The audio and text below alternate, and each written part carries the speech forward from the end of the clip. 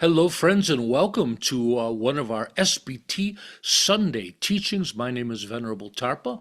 Before we begin, let's take a moment, as usual, to appreciate our handsome community gathered here today. Today, I feel fortunate to sit as a member of this kind community in the safety and security of like-minded friends, sharing this present moment with others dedicated to the cultivation of goodness. Today, I'm grateful for the direction and support that this community provides, a community worthy of my time and commitment, a community where my efforts have meaning, purpose, and are appreciated. Today, I'm thankful for this community of awakening, a place to gain the knowledge and skills to improve my life, a family, a home, and a sanctuary for all of us seeking refuge from the storm. And let's remember, as conscientious practitioners, we must recognize our responsibility to the world, to strive to live skillfully while helping others to do the same, to strive to live in balance and harmony with nature and others, to strive to gain mastery over our minds and embody our true benevolent nature, to expand our hearts and minds, transcending our shared human limitations, to not intentionally harm sentient life or our planet, and to maturely accept and embrace the reality of our situation while striving to improve it. Again, welcome everyone to our Sunday teaching. Today we're going to be examining the practices of the Bodhisattva. So this month we've had a break between programs, and we've been wanting to re-record some of our old practice material to update everything. We've gotten some new presentation. We've gained a lot more clarity into exactly how we want to teach some of these things. So we're continuing that with our recording today. And so let's first share. So I'll outline a little bit of what we're doing today. So, here we go. So for those who haven't taken Bodhisattva vows, there's no problem for you being here and enjoying this. You don't need permission from SBT to engage in any of our levels of practice. SBT is completely open and transparent. Some people like the more official presentation of the classes. I guess what I'm saying is some people like the taking the vows in front of the teacher and that kind of commitment, and some people would rather just practice on their own. You're able to do any of them here at SBT. We're here just to support practitioners. We don't have much say into what you want to do. Be your own great teacher, right? So these practices are available for everybody to practice if you wish to. We think it's a good idea to do these in order because they all benefit each other. So last week, the week before actually, we covered a lot of the refuge level practice material. And that includes study, practice, and cultivation of the Four Noble Truths, the Four Gifts, the Eightfold Path, practices like that. Those videos are available to watch.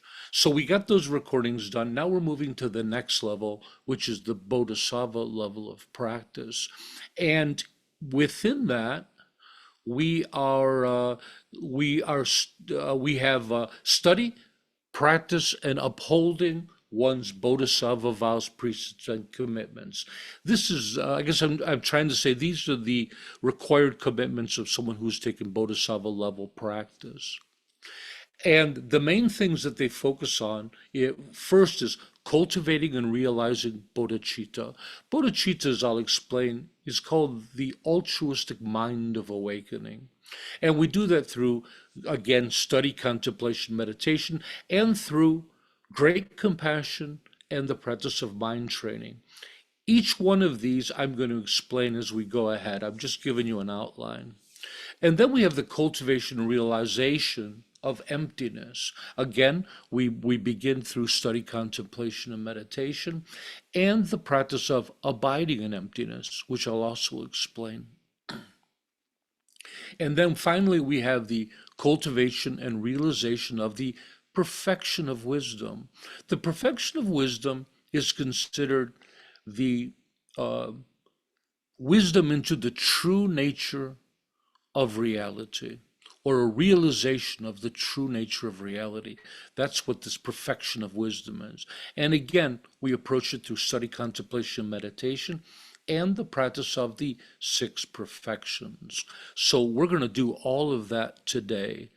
That's the heads up. Now I'll cover those one by one with y'all. So, we begin with the study, practice, and upholding of one's Bodhisattva vows, precepts, and commitments.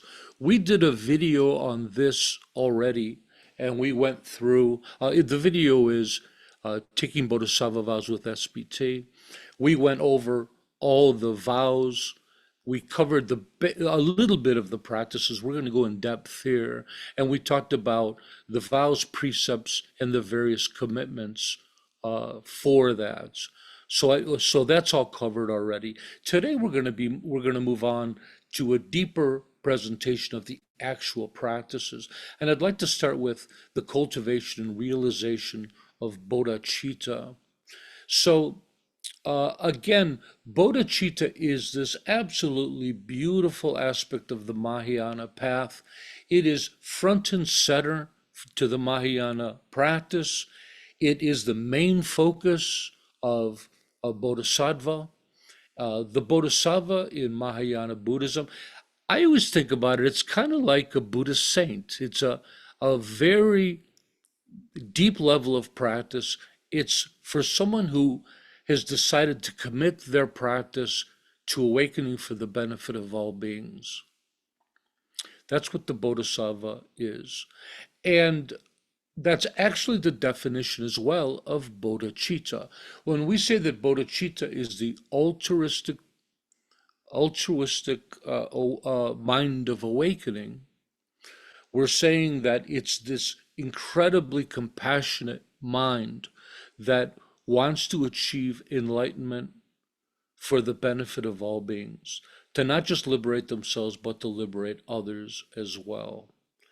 And so bodhicitta arises from a beautiful, beautiful quality called great compassion.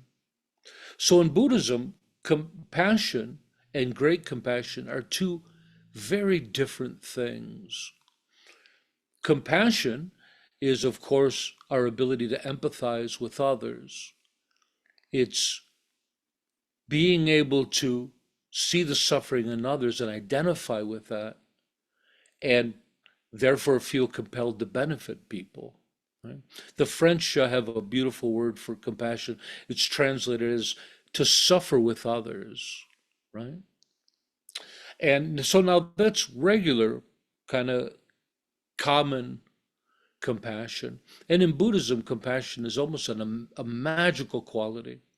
And then we have various levels of compassion. We have that, and then we have very, very deep levels of compassion.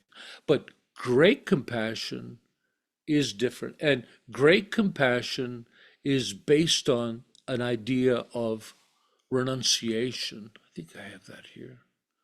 Yeah, okay.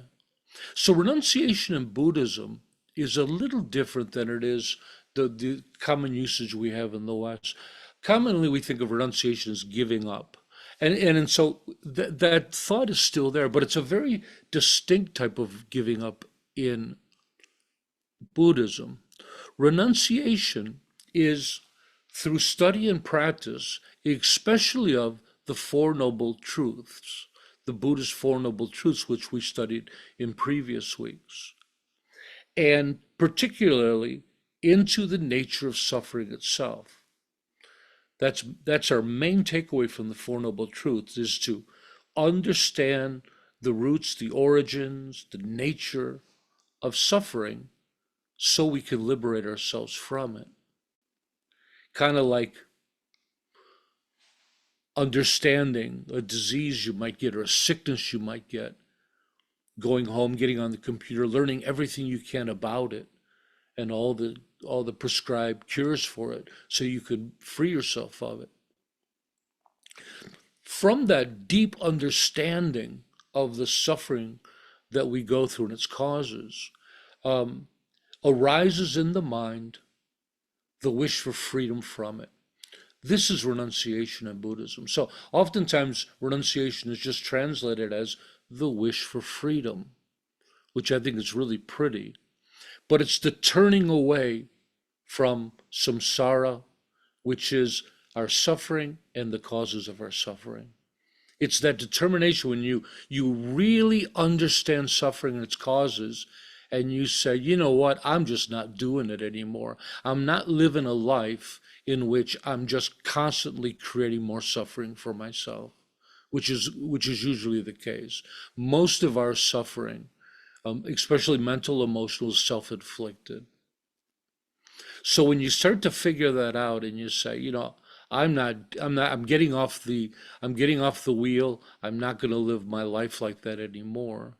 This is the idea of renunciation.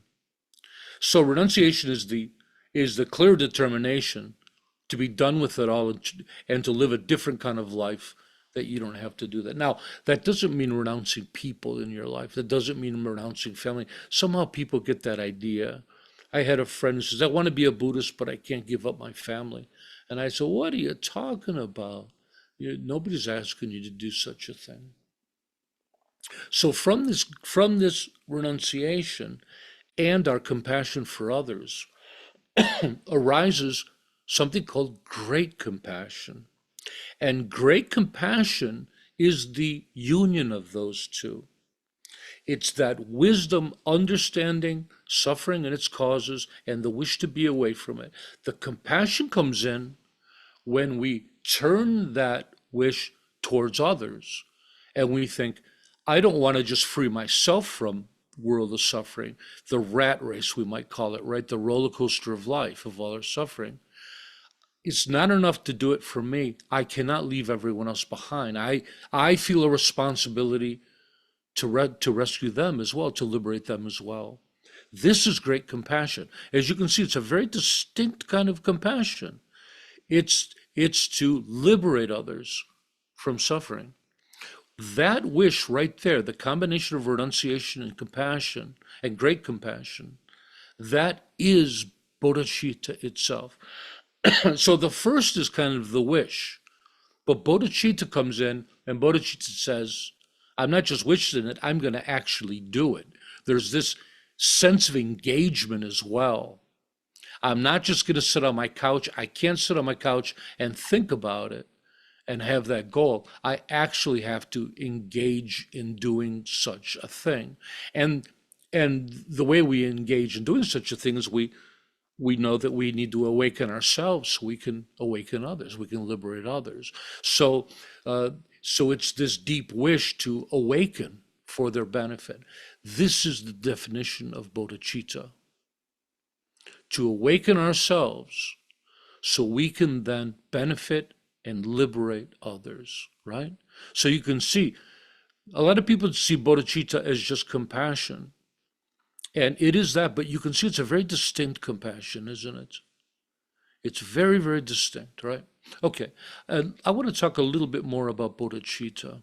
So bodhicitta is understood. One thing I want to share first is that in the Theravada tradition, the Theravada are pretty good at preserving a certain presentation of the teachings, and they think it's pure right from the Buddha's mouths, which of course it isn't. There's been a lot of interpretation throughout the millennium, and and most agree that the Theravada tradition is not the same as the very early Hinayana tradition, they often call it, of the Buddha, but it is very close. But when we get into Mahayana, it just seems like every school and every teacher and every tradition has their own presentation.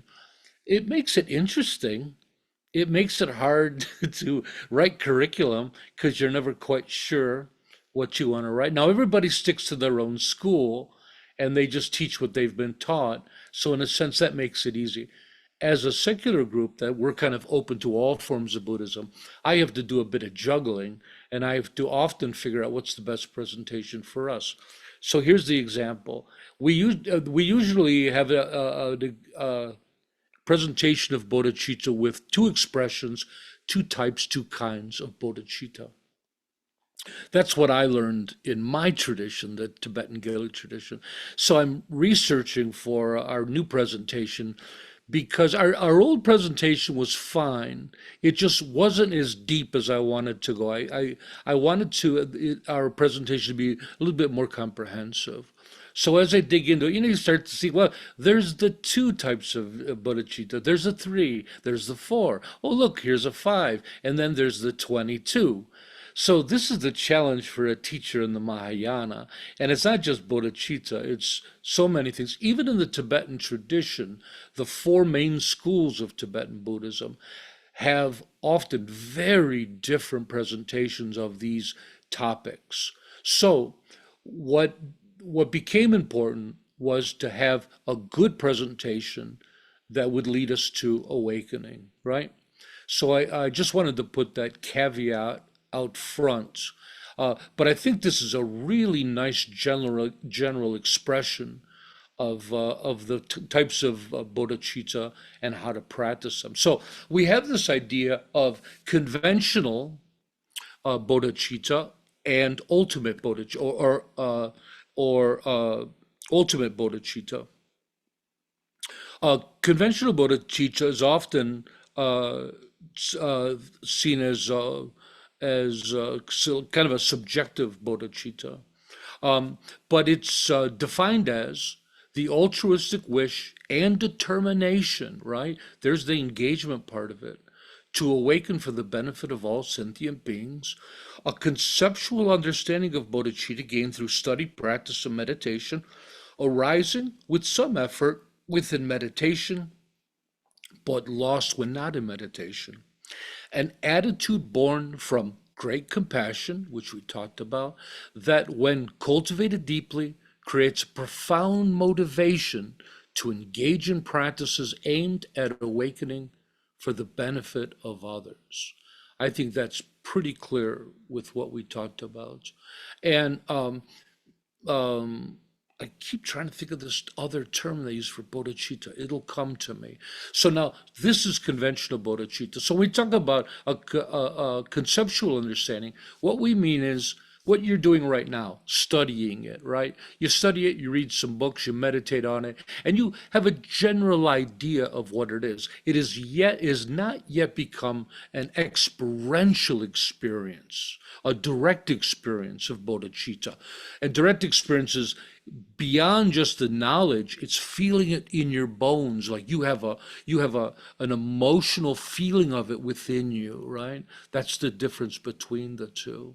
So, and I'm going to make these slides available to everybody. And they're also in the text that everybody's reading. I hope everybody had a chance to download the Bodhisattva study guide from our website. It's a free download. And this is all in the appendix towards the end of the book. All this material's there. The other expression of bodhicitta is ultimate bodhicitta, arising from conventional bodhicitta. This is a deeper realization of bodhicitta, arising spontaneously without effort within meditation, but still present when not in meditation. Ultimate bodhicitta is the direct realization of the mind of awakening, which is the union of bodhicitta and emptiness. Ultimate bodhicitta is often referred to as a mind for the fact that it becomes a constant and enduring mental state through which we perceive reality. So it comes on in a lot of ways as an emotional feeling, but it changes the way we see others. It changes the way we see the world and our role in it. And because it's enduring, you could see why they'd call it a mind, right? It's a paradigm shift in the way you see the world. So they refer to it as a mind. Now, some of the different presentations of this are that some say that this ultimate bodhicitta leads to Some say this ultimate bodhicitta is actually not bodhicitta at all, but it is uh, that awakened state, right? And some don't. So there's a lot of different schools that have different presentations. I think this is a really nice middle ground presentation of it. And this is very similar to the way my school shared it, but I think this is a much more comprehensive and deeper understanding of it. Okay, with that said, um, does anybody have any questions about bodhicitta? I'll stop for some questions from now and then. Do you guys understand it? Right? So we feel bodhicitta as compassion, but as this unique type of compassion which we outlined. What do you think? Pretty clear? Yeah, Miss Wangmo? Is there any particular type or form of meditation that brings about this direct realization? There is. We talked about it already. We talked about understanding suffering, which leads to great compassion. And then that great compassion is one of the ingredients for bodhicitta, and also mind training, which we're going to talk about in a minute. And we're going to practice this week. So those are the two distinct methods for developing it. And there's others as well. In a sense, it's just developing compassion. So you can imagine there's a lot of ways to do that. So we'll share the main ways to do that. So there's not a particular form of meditation because it says it arises during meditation. So there's not Yeah, a actual mind training is mind a training. meditation and a Okay. contemplation. Okay. And also remember that all of the different types of facets of Buddhism that we're sharing through all the different teachings, we always give the same instructions. It's called the three great objectives: study, contemplation, and meditation. So we meditate on every aspect of Buddhism. As you know, we're always meditating on compassion. We did it today. We did loving kindness meditation. Loving kindness meditation leads to bodhicitta. So yeah, we'll get to that though. Yeah. Anybody else before I move on? Okay. Comedians talk about their audience being hungry birds, looking up with their mouths open, waiting for more. So, all you hungry birds, I'll start to feed you more. Okay, with Wangmo's question, she has given me a perfect lead in to mind training. And oh, I'm sorry. We're going to come back to mind training. And the reason being is because we're going to practice mind training as a Sangha this week. So I purposefully was saving that for last so we can talk about that and we can lead right into tomorrow's practice. So let me put a plug in that and we'll come back to mind training. So we talked about um, the idea of awakening and the idea of the Bodhisattva path being twofold. We have the cultivation of bodhicitta and we have the cultivation of emptiness. Now, emptiness is going to have its own recording and teaching, which I'll be posting. We already have quite a few teachings on emptiness within our YouTube library. So I didn't want to get into a long presentation. It's one of the more technical topics in Buddhism. And so what I wanted to do is just briefly touch it. For anybody that doesn't quite get it, it's okay. Do your own studies on our videos. What I really wanted to talk about was the practices today. So I want to talk about how to abide in it. So anyways, when we talk about um, uh, when we talk about emptiness in its Buddhist context, where this refers to the assertion that all phenomena, all things, both external and internal. Internal means the internal landscape of thoughts and ideas and intentions and beliefs and choices, right? All of that lack or are empty of independent self-existence. That all phenomena, again, external or internal, are empty of any essential essence. Essential um, essential essence here can be defined as an inherent element or intrinsic characteristic which makes something truly itself. Asserting instead that all phenomena exist interdependently, reliant on a multitude of causes and conditions and pieces and parts. Basically, what's that saying is that things don't exist by themselves. Everything is a collection of everything else. Everything exists in dependence on everything else. So, and those collections are collections in themselves, and those pieces are collections, and those pieces are collections. Everything exists as this beautiful mosaic. And I think oftentimes the best way to explain emptiness is what we're going to do in the next part. It's talking about actually practicing it. I think when we talk about practicing it, it really helps to define it. So we cultivate and realize emptiness, again, the three great objectives of study, contemplation, and meditation, and through the practice of abiding in emptiness. In the refuge level of practice, we have a beautiful mindfulness practice called abiding on the breath. And it's quite simple. The idea is that as you go about your day, whatever you're doing, you just keep a little bit of your attention on the breath, just a teeny bit. And it has the most wonderful effect on the way you engage with the world. It stops you from getting pulled into all the drama and all the things going on. And this is called abiding on the breath. It's a beautiful practice. So upon that, we put another layer and we create abiding in emptiness. And the next layer we put on it is just our understanding and our perception of the wisdom that perceives the empty nature of reality. Emptiness is probably the worst term in the world for what it is, because it's not real, it's not empty, it's not void, it's not nothingness. It has nothing to do with that, actually. What it's talking about, it's just talking about that the objective world lacks the conceptual framework that we place upon it. I had the coolest analogy that came to me today. Tell me if you think this is cool and if I should use it. So I was watching, I don't know, scrolling through my phone like we all love to do, and I'm amazed by these new Apple Vision Pro. Have you guys seen this? It is so cool.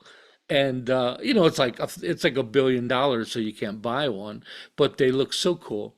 And as I was watching it, at the same time, I'm supposed to be writing today's teaching. I'm playing hooky, and so I'm writing about our conceptual construct, and all of a sudden it hit me, wow, what a great example of this. So in this Apple Vision Pro, you put this thing on, and in the augmented reality role, what happens is you can still see, let's say, your room the way it is, right?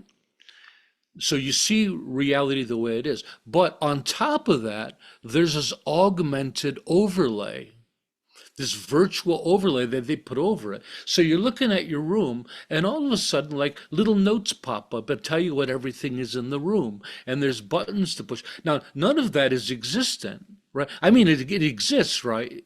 But the only in the software. It's real, but it's not a part of the objective world, is it? They don't exist in the room, though it appears to be that way. This is a lot like the nature of reality, I thought. The idea is that there's an objective world, an objective physical world in front of us all, but there's also this collective conceptual construct that we lay over the top of it. Now, I call it collective first because we didn't create it, we learned it, right? When you were a little kid in school, you had all those books to name all the animals and all the vegetables and all the fruit. We learned vocabulary, we learned function, we learned why things exist. It's collective because our society, our education creates it with a, if they didn't, we would still have our own, but mostly this is a collective thing. We all experience the same thing. We label things with the same names, right? We all say apple when we say an apple, colors. Um, so that's collective, conceptual, because it's only in our minds. These labels that we put upon everything don't exist in the objective physical world, do they? No one can argue with that, right? But let's go a little deeper, right? What other conceptual things? Do the functions that we give things, is that existent in the objective physical world? Does a book possess the function of being an object of knowledge? How about values, good and bad, right and wrong? Do those exist in the objective physical world? They don't, do they? They're conceptual. Now, they're real. Just because something's conceptual doesn't mean it's not real. It's real, it's just conceptual, it's in our minds. It's real because the main criteria for what's real is, can it affect change in the objective world? And the truth is yes. Laws of countries are conceptual. They don't actually exist in the physical world, but they can affect real change. You can really go to jail for not following those laws, right? So we have this conceptual, and we call it a construct, right? Because it's not part of the objective physical world. And as far as we know, it's fairly limited to what type of species have it. So we have this whole inner landscape, conceptual landscape, of all of our labels, our thoughts, our values, our dreams, functions of things. And we lay that upon the physical world, just like those goggles lay that virtual overlay over the objective world that you're seeing. And just like the goggles, it's incredibly functional. This is not a problem. This is a wonder. This is an amazing thing about being human. It's a miracle, this amazing feat of the mind to be able to create this conceptual construct. Without it, you couldn't understand anything before your eyes. You wouldn't know danger from safety, poison from food, right? So this is a wondrous thing that we should be very thankful we have.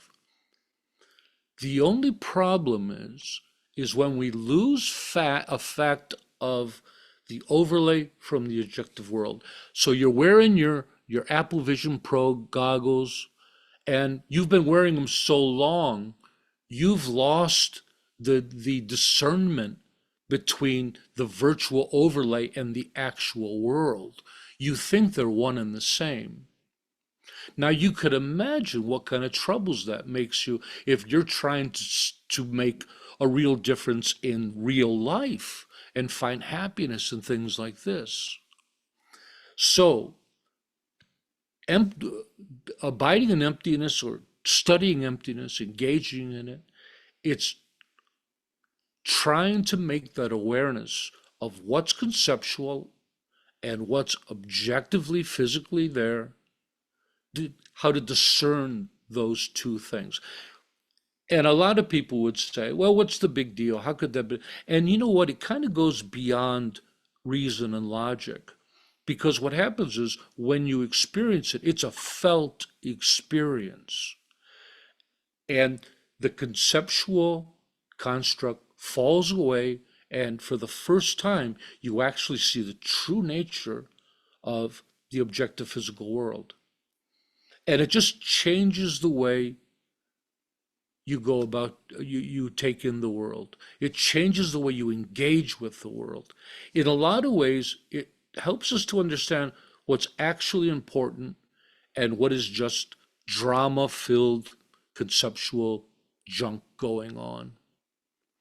So we can talk about that in greater detail later. In the text that you guys downloaded, there's a really beautiful presentation. I've been going on too long already.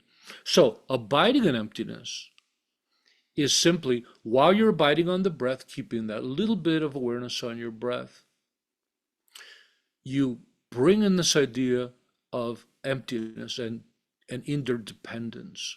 And you just try to, when you're looking out at you're walking down the street and you're looking at the landscape, you start to try to pull apart, like, what am I seeing through my conceptual construct? And what is really there? Again, like trying to take off that augmented reality away from your Google Vision Pro and see the world as it really is. And it's something that you just slowly kind of habituate and you get used to it.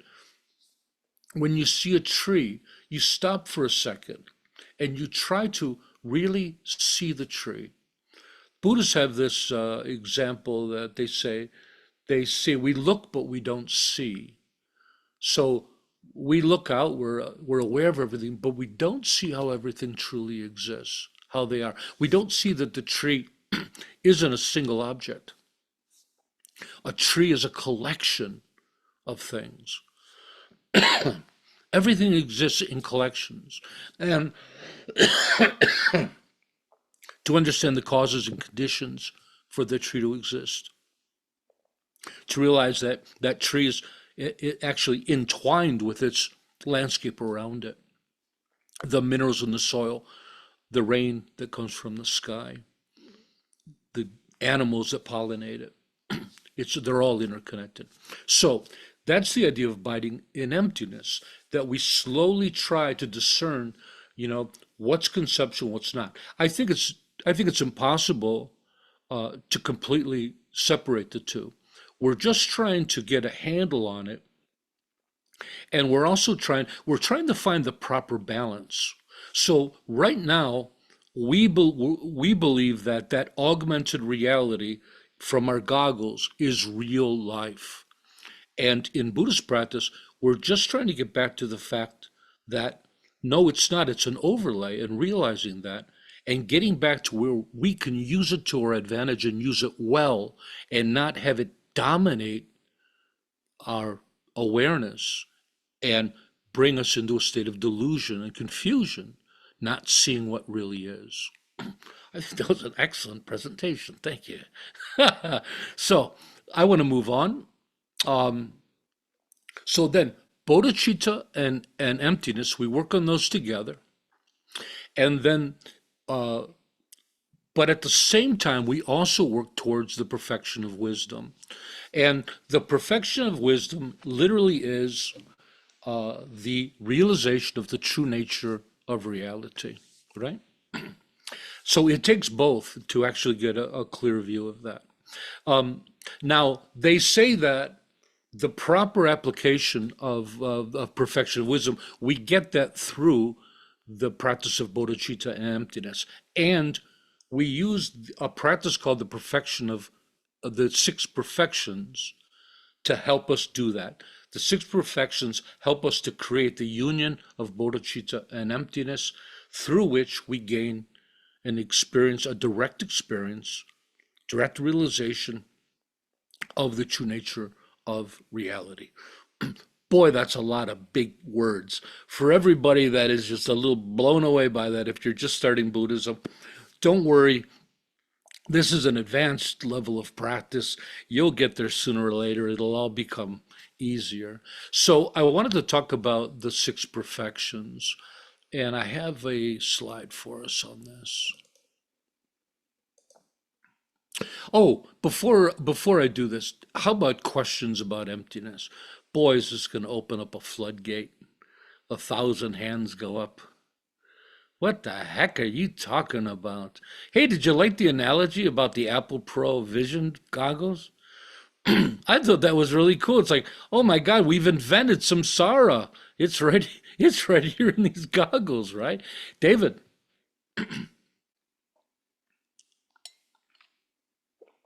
you're muted, my dear friend. Um, I love the collective conceptual construct, I must say. Fascinates me, but I don't get it, you know, very well. I just get glimpses of it. So I was thinking just the example here is, so this is a glass and I see it, that's a collective conceptual construct. Is that right? No, your mental perceptions of it. So you have In a lot of ways, even our visual sense is part of can be considered part of it, because our vision also just interprets that object, right? Science is kind of telling us that our senses don't necessarily take in a pure perception of things. Our eyes creates kind of our eyes and our brain create an interpretation of what that thing is. So it's just all this mental work that goes on top of, like, in the objective physical world, that object exists. But we got all this mental stuff that we have on top of that that's there as well. Just the label itself, doesn't exist in the objective world. Think about an object existing in the objective world, and then think about all the things you layer on it. You give it a value. You give it. There's a little like and dislike thing going on in the background. Do you like the color? Do you like this or that? There's value. There's knowing its function. There's giving it a label. Yeah. Now, I am not going to go very deeply into this conversation. You can read about it in the text. I really want to concentrate on the practices. Any other short questions? Thank you, David. I'm so glad. I want to move on. I want to get to the actual practices. Okay, so with that said, let's do this. So this is the six perfections. The six perfections are the path to becoming a bodhisattva. And again, a bodhisattva is, really in the Theravada tradition, a bodhisattva is supposed to be a person, a practitioner who's so evolved that they're going to become a Buddha in their next life. That's the Theravada tradition. So anyways, they're almost Buddhas in all traditions. They're very high practitioners. People that take bodhisattva vows, it's aspirational. We're trying to become bodhisattvas. And how do you become a bodhisattva? You do it through the six perfections. Now, to practice the six perfections well, we're supposed to use bodhicitta and emptiness. That view we use when engaging with the six perfections. But they're all practiced holistically. You don't gain bodhicitta and then gain emptiness and then work on the perfections. That would take you your whole lifetime just to do one of them. The idea is we do them all together, and they all benefit each other, and they all grow together. So, so we have the first one, the six perfections, is the supreme generosity. So let's explain the word supreme first of all. When we're talking about these qualities, so we have supreme generosity, supreme goodness, patience, joyful effort, concentration, and wisdom.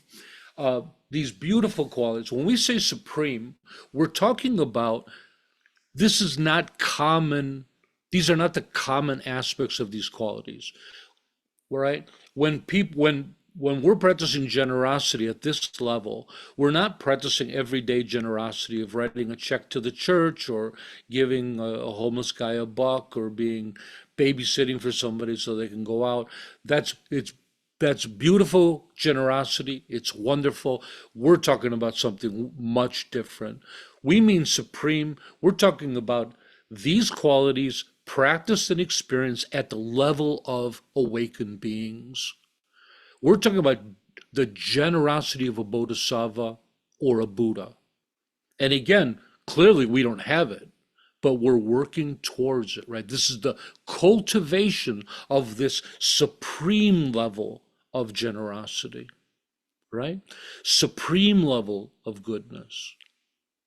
Now, they also use the word supreme in the fact that the supreme practice of bodhicitta, the supreme awareness of emptiness, are used to gain it, right?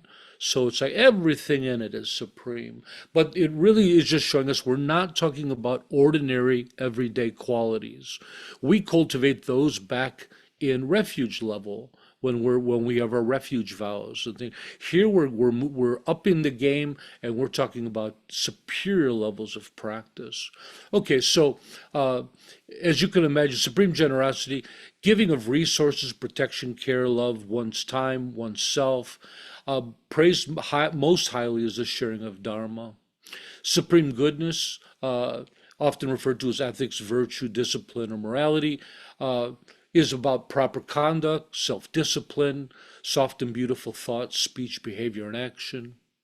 Supreme patience, often referred, usually we think of patience as fortitude or tolerance, but in Buddhism, patience is more akin to non-action, non-reactivity, and it embodies a beautiful understanding, a supreme understanding and supreme kindness.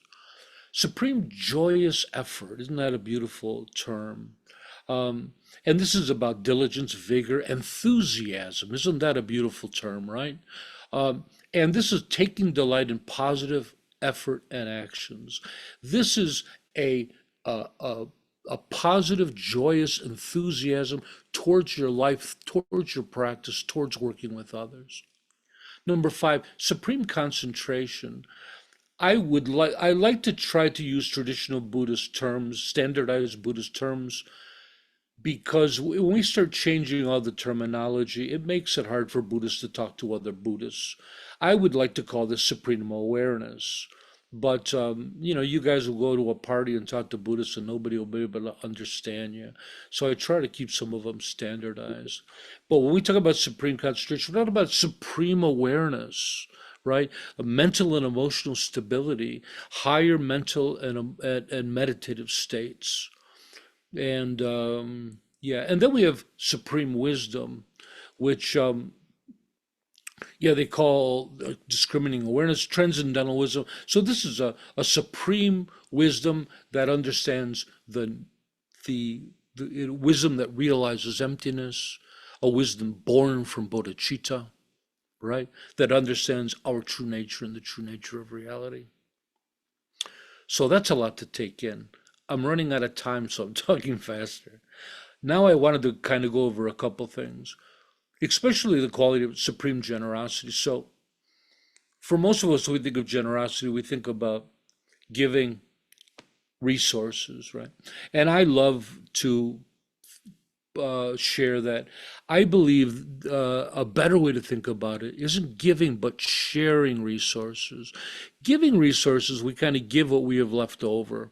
It's kind of not ours anymore. We just share it, give it. Sharing is different. Sharing is inviting someone into to have this with us. There's some kind of a connection. Now that might just seem like semantics, but to me, when I see generosity as sharing with others, it just resonates differently in my mind. And there's a beauty there of a quality. It's like, here I have food, come and eat with me. It's not throwing a sandwich at somebody and saying, here you go, go back to your tent, right? Now, but when we talk about supreme generosity, so we got to think more than just again just sharing stuff, resources. For a bodhisattva, supreme generosity, because the bodhisattva has bodhicitta and has taken the vow to awaken for the benefit of all beings, they've committed themselves to help liberate others from suffering, then in a way, everything the bodhisattva does to help his own life, to help his own survival, to help himself be healthy and whole, in a sense benefits everyone, doesn't it? And the bodhisattva starts to see that. And what happens at the deepest levels, you start to realize every aspect of their life is helping others. When they eat, they realize that they're nourishing themselves because they're completely at this level of bodhisattva. You have some people that practice at a lower level, at the highest level, they are so invested in benefiting others. It's all they think about. It's all their deeds. So when they're eating, in the back of their mind, they're nourishing themselves so they can help others more. This is the deepest level. This is supreme generosity, which is literally every aspect of your life is an act of generosity to benefit others. Ooh, that's heavy. Supreme goodness, I think, the same kind of thing here, that you embody goodness at such a level that you are goodness. It just permeates from you in everything you do, all your thoughts, speech, behavior, and action.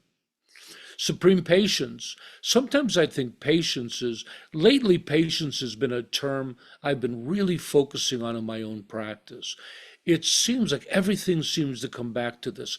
But remember, we're talking about the Buddhist aspect of this quality, this style of objectivity, of not non-action, non-reactivity. It's a patience in every moment of waiting to react to things, just seeing, taking the world in, watching the universe unfold before you, and acting when you need to, but not overacting. We tend to jump at everything that needs to be done. The Bodhisattva learns this supreme patience where they watch, and then when something needs to be done, they can't even stop themselves. They spontaneously get out of the chair even without thinking, and they attend to it. Supreme joyous effort, it's just embracing this joy and bliss in everything you do. And now when we say effort, it sounds like something we have to create and apply, like peeling ourselves off the couch. This supreme joyous effort is the opposite. It's so it's so it so permeates us that it's just there all the time. You don't have to apply the effort. That effort is you. It's just there and it's available anytime you want. And in fact, in some ways, it's hard to not apply it because it's just this enthusiasm for existence in every moment. Supreme concentration, supreme awareness, right? And this is basically just through practice, developing these amazing higher states, mental and meditative mental states, right? And we know how to do that through practice. And then supreme wisdom, of course, is the same thing as right view, which we've been learning, right? Realizing, uncovering, there's different expressions, the true nature of ourselves in reality. And we do that through study, contemplation, and practice. We do that through real life experience. It's not just book study. Yeah? Okay. Any questions? I can't see everybody on my thing, so Choki or anybody, if you have a hand up, I'll take any questions. And of course there's no questions because I explained it so brilliantly. It's crystal clear. Again, this is explained in great detail in the text. Okay. So that's the practice for what? For becoming a Buddha. Can you believe it? Oh, I'm sorry, becoming a Bodhisattva and then a Buddha. It leads to Buddhahood as well. Okay, I'm lost. Let me figure out where I am. Oh, good. We're doing good. So here's the thing. I want to put it all together for you a little bit. So we're talking about the Bodhisattva path, and the Bodhisattva path is working to become a Bodhisattva. We begin with the development. Well, we begin first through our refuge level, learning the Four Noble Truths, understanding suffering, understanding its causes, understanding literally where we are, as far as suffering and our existence goes. From that, great renunciation comes, and we realize, hey, I don't want any more of all of this suffering. When we say suffering, so much of it is just all this mental garbage we all deal with, all this drama, all this baggage. So much of samsara is that. It's our exaggerations of everything. It's getting caught up in all these petty problems in life and all these, competition with others and all these emotional things that we go through. And just to say to yourself, I'm exhausted, and I don't want any a part of it. I want peace of mind. I want to be around people that are sane. And so from that arises renunciation. Through compassion, we also get to the point where, well, it's not just me I want to liberate, but I want other people to see the light. I want other people to understand that there's a way out of it too. Then that's great compassion, right? to help others as well. So through that renunciation and great compassion arises bodhicitta, and it arises the conventional aspect of bodhicitta. The conventional aspect of bodhicitta is that wish, right? That wish and that engagement, that motivation. It's that wish and determination to awaken, to free all beings from suffering. That's where we start. So that's conventional bodhicitta. And that is the vow of a bodhisattva. From that, we practice mind training to increase these. And then from that, mind training then leads us to having an ultimate experience of bodhicitta, which is a direct experience, experiential. It's not a mental thing. It's not, saving all people, all beings from suffering would be a nice thing to do. Yeah, I guess I'm on board. Where do I sign up? This is more that you feel it in your bones. And for some people, almost to the point of tears, where they just have this realization of the suffering, the real suffering that everyone goes through every day that isn't necessarily needed. They're all trapped in this delusion and they think it's a part of regular life, right? So from that wish and from the union of this ultimate bodhicitta and emptiness, we get the mind of awakening. At that point, we have a beautiful bodhisattva, right? And we develop all of this through the 6 perfections. Okay, I want to get to mind training. We're going to talk about our practices for this week. So as I promised, I put mind training off to before, and I'm completely lost. What am I trying to do?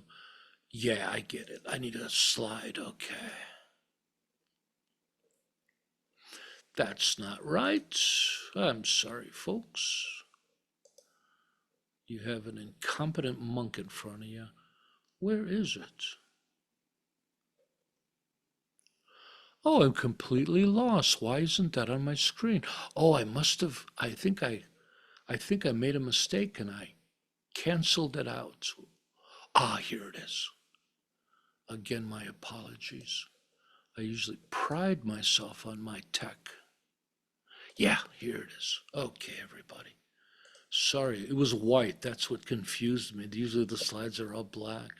So here we have this is mind training. So mind training has had a couple different versions throughout its practices, throughout its history.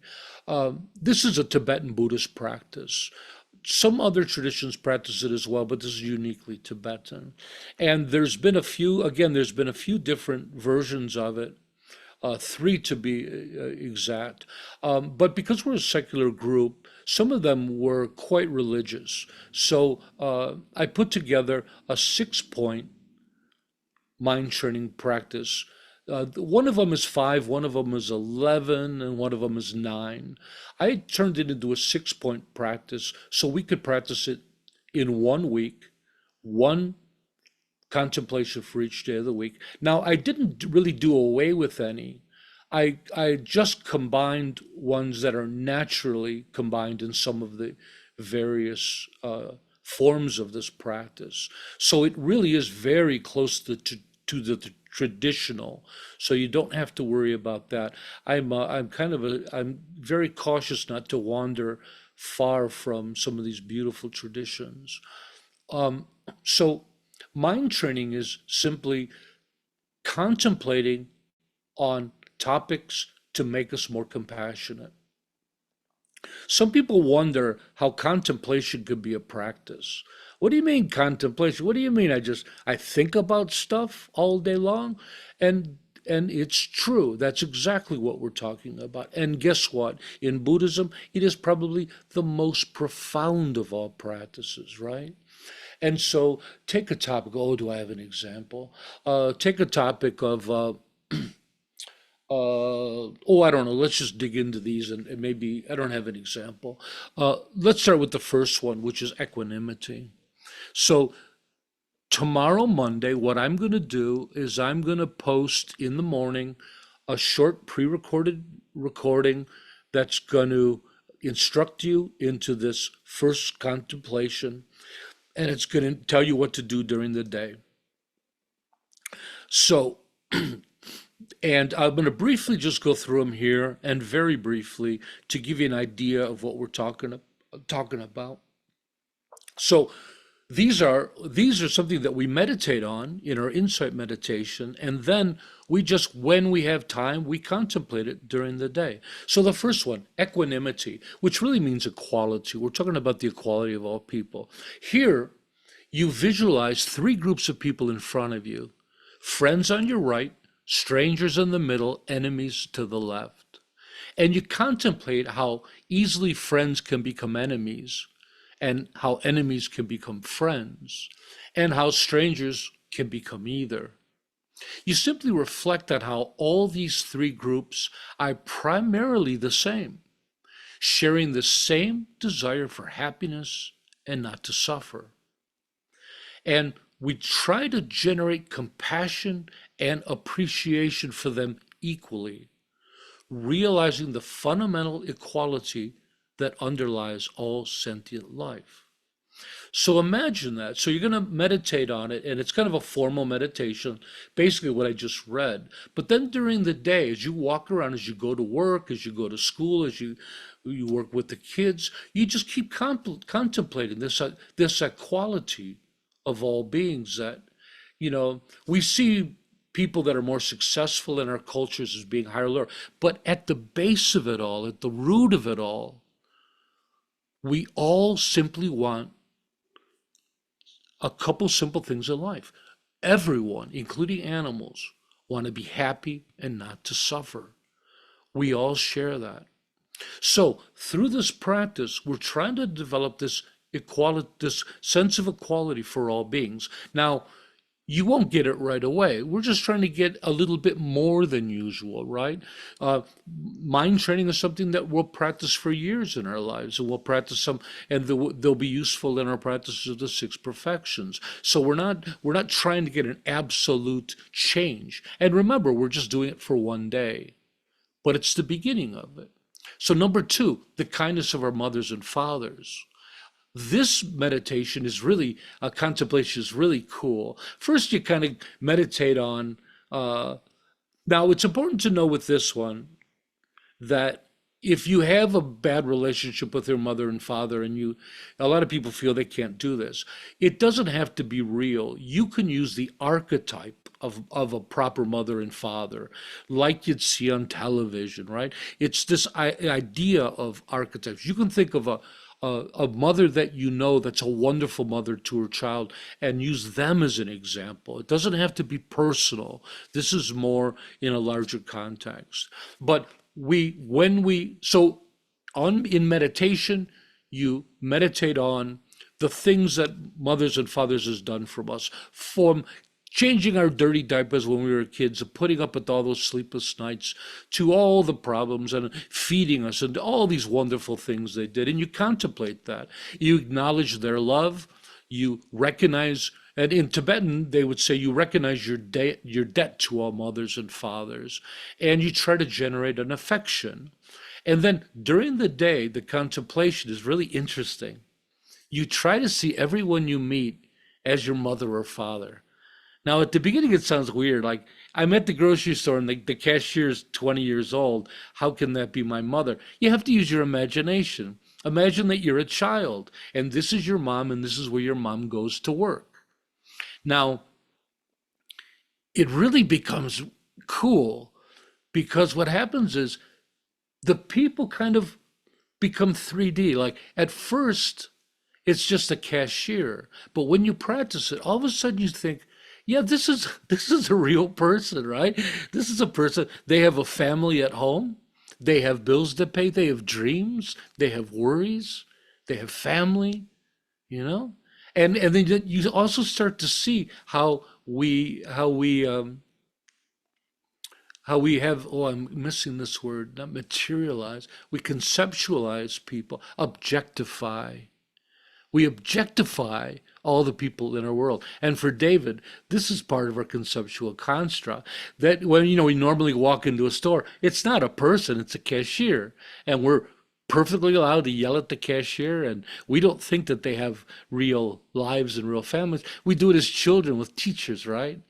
We don't realize that teachers have homes, and we don't think that teachers go to the bathroom. And when we're little kids, you see a teacher at the grocery store and you're blown away. You exist in the outside world, right? Anyways, it's a great practice of that, and and it does bring great compassion to us. Number three, exchanging self and others is one of the most powerful practices in Tibetan. It's called Tonglen, and it's a practice in which we recognize and take in the suffering of others, and we share our suffering with them. I'm going to give brief explanations of these. Number four, cherishing self and cherishing others. This is contemplating the benefits of self-cherishing, or the negative aspects of self-cherishing, which is selfishness and narcissism. The harm of that and the benefits of cherishing others, altruism, caring others. Giving and taking. This is a wonderful practice in which when you meet someone, you imagine, I have this backwards, I'm sorry. Number three, exchanging self and other is a different practice. This practice, when you meet people, you imagine that you're meeting yourself and they're meeting you. And this is powerful. This will change you. Okay, sorry about that. Giving and taking is the practice of Tonglen I mentioned, and it's taking the suffering from others and giving, imagining doing this, right? And imagining giving them your peace of mind, your success, your love, your care. And lastly, meditating and contemplating the Bodhisattva intention we talked about, the wish and determination to awaken to benefit all sentient beings. When you realize the fundamental nature of all beings, that we all suffer from afflictions and we have shared human limitations that none of us picked, none of us asked for, none of us deserve. They all arise from causes and conditions. We all have different ones, but none of us can be blamed for our afflictions. They arise from whatever trauma we had when we were younger. And when you realize that, and you realize that they just need to be freed from those afflictions, and they're liberated beings, this arises in it. And for the people that have an experience of this is the catalyst that would draw people to taking Bodhisattva vows, that they formally want to take that vow.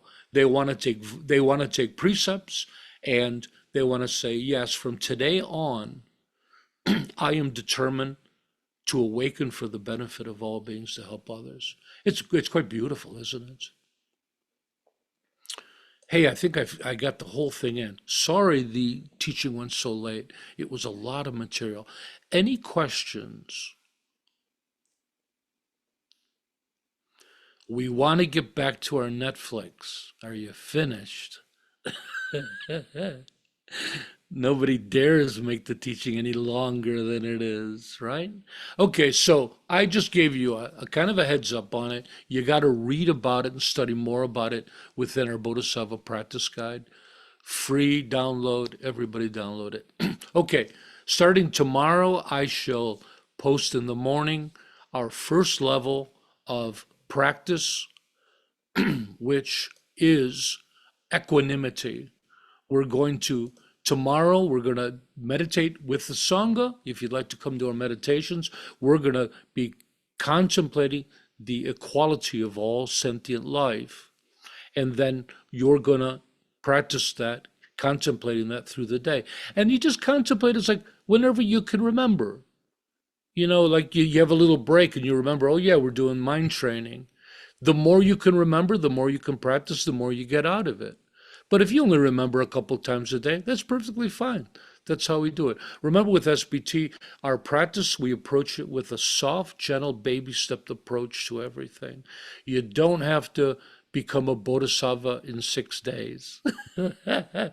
You can do it in 2 weeks instead.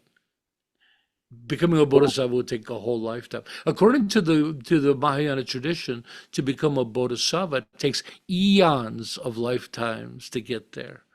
I'm out to prove them wrong. My group's going to do it in a lifetime, right? Will we in Europe have it first thing in the morning, Tarpa?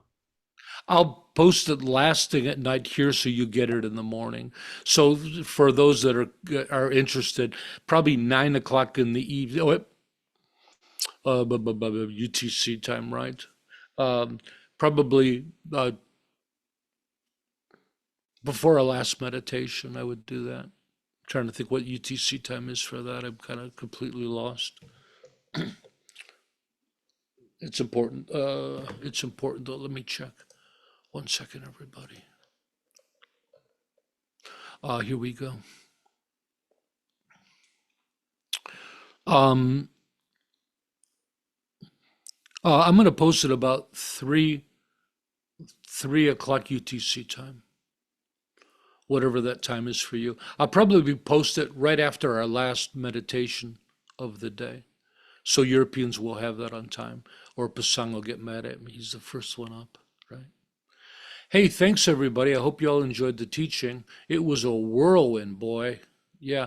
Let's say our last affirmation to finish our teaching. May all be healthy, may all be prosperous, may all be well, may all be present, free of past regret and future worry. May all abide in constant appreciation, which is a source of great joy and contentment. May all realize their true nature and the true nature of reality, which is awakening. That prayer sounds a lot different after that teaching, doesn't it? You're starting to get it, right? Yeah. Thanks, everybody. I'll put the recording up shortly, and we'll see everybody tomorrow or later tonight. Thank you, Tarpa. Thank you, Tarpa. Anytime. Thank you, Tarpa. Thank you. Thank you, Bye, Tarpa. everyone. Thank you.